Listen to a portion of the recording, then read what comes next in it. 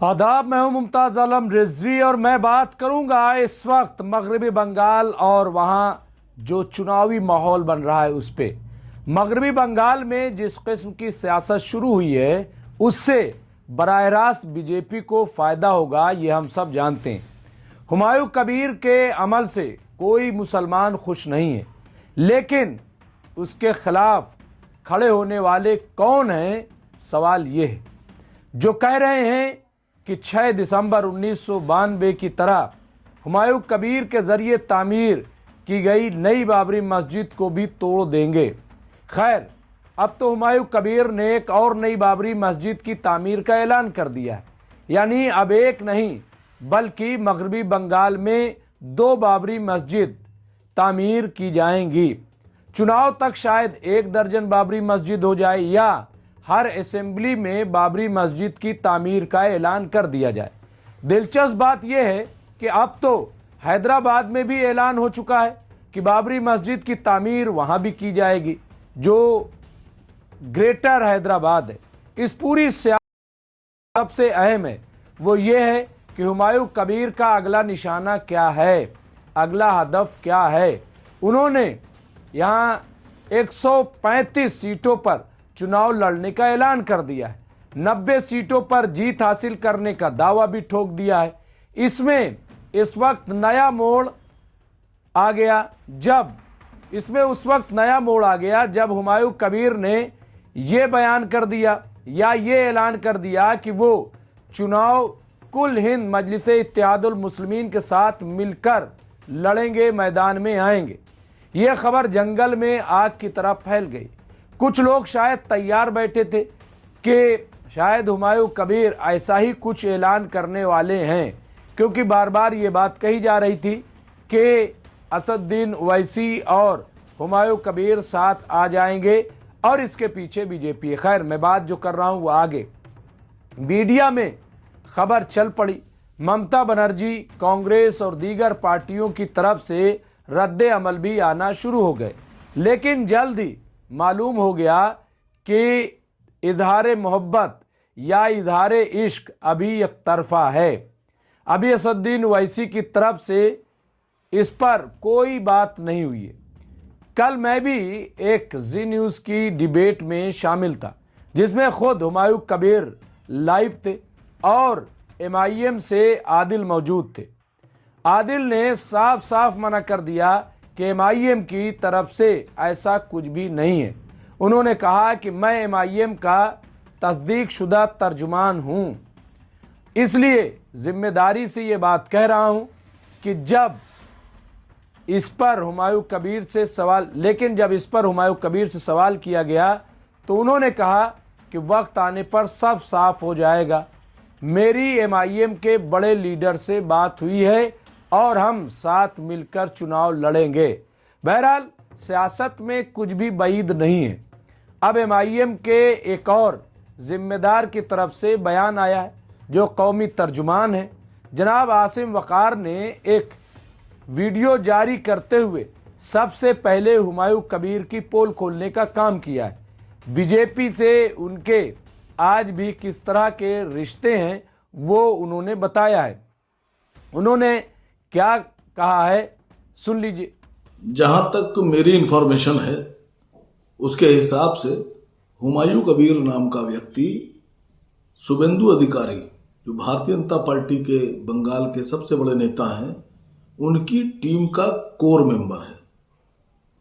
और पूरा इंडिया जानता है, पूरा भारत जानता है कि शुभेंदु अधिकारी टीम अमित शाह के कोर मेंबर हैं। पूरे हिंदुस्तान का मुसलमान, एक बात तो तय है कि पूरा मुसलमान कंस्ट्रक्टिव मानसिकता रखता है, डिस्ट्रक्टिव नहीं। देश का मुसलमान कंस्ट्रक्शन करने वाले लोगों के साथ है, डिस्ट्रक्शन करने वाले लोगों के साथ कतई नहीं है। जो देश तोड़ते हैं हम उनके खिलाफ हैं, जो देश बनाते हैं हम उनके साथ हैं।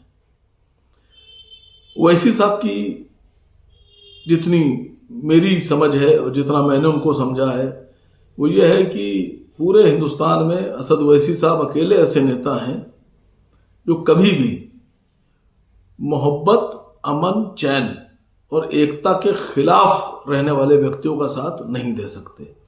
ओवैसी साहब हमेशा उस व्यक्ति का साथ ले सकते हैं या उसका साथ दे सकते हैं जो एकता के लिए खतरा ना हो, जो मोहब्बत की बात करता हो, अमन की बात करता हो, चैन की बात करता हो।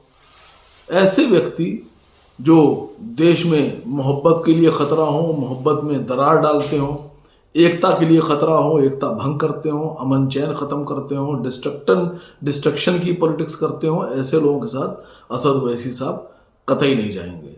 और बंगाल का मुसलमान जानता है कि हुमायूं कबीर किसके इशारे पर कितना काम कर रहे हैं और क्यों कर रहे हैं। ये जनाब आसिम वक़ार हैं और इन्होंने जो कहा वो सच है, इसमें दो राय नहीं है। हुमायूं कबीर बीजेपी के टिकट से चुनाव लड़ चुके हैं। कांग्रेस से सियासत की शुरुआत करने वाले हुमायूं कबीर टीएमसी में गए, वजीर भी रहे, फिर टीएमसी से निकाले गए 6 साल के लिए।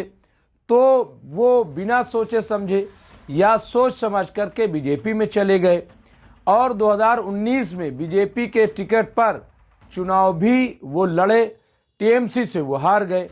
आप सोच रहे होंगे कि बीजेपी यूपी में रामपुर से मुख्तार अब्बास नकवी को और बिहार से शहनवाज हुसैन को तो टिकट नहीं देती, फिर ये बंगाल में कैसे एक नए लीडर को टिकट दे देती है।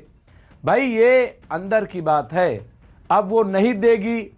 खैर, जब बर्खास्तगी की मुद्दत पूरी हुई तो टीएमसी ने हुमायूं कबीर को फिर पार्टी में शामिल कर लिया, ले लिया और वो 2021 में टीएमसी के टिकट पर एमएलए बन गए, ताहम उनको वजीर नहीं बनाया गया।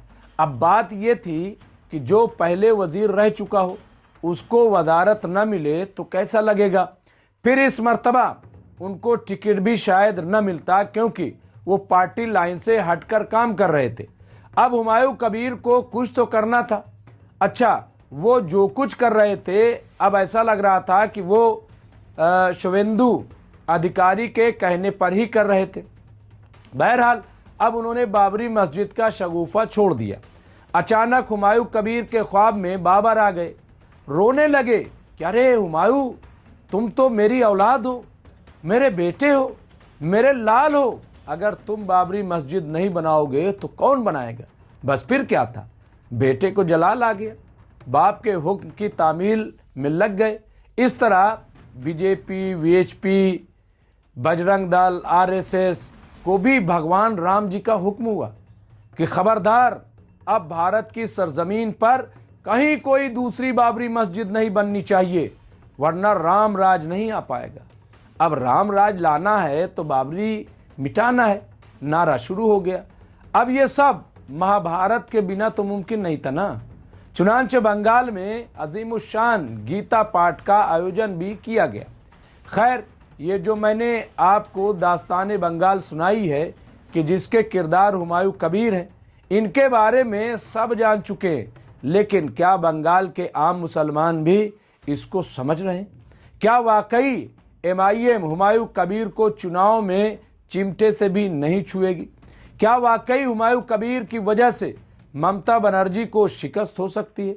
और क्या वाकई बंगाल में इस बार बीजेपी की हुकूमत बन सकती है?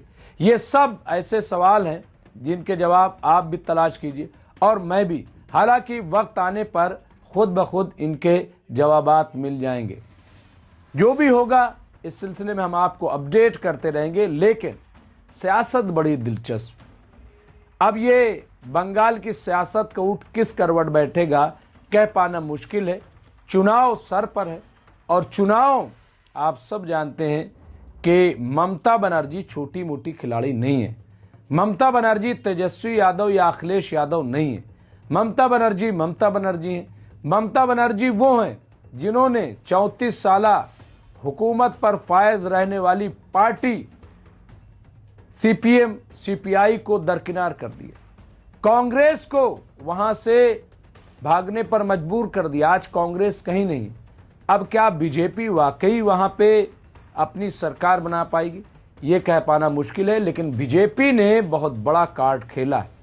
ऐसी गुगली है कि जिसमें ममता बनर्जी परेशान तो हैं, बहरहाल जो भी होगा हम आपको अपडेट करते रहेंगे। देखते रहिए एमएमसी न्यूज इंडिया। बहुत बहुत शुक्रिया। मैं मुमताज आलम रिजवी।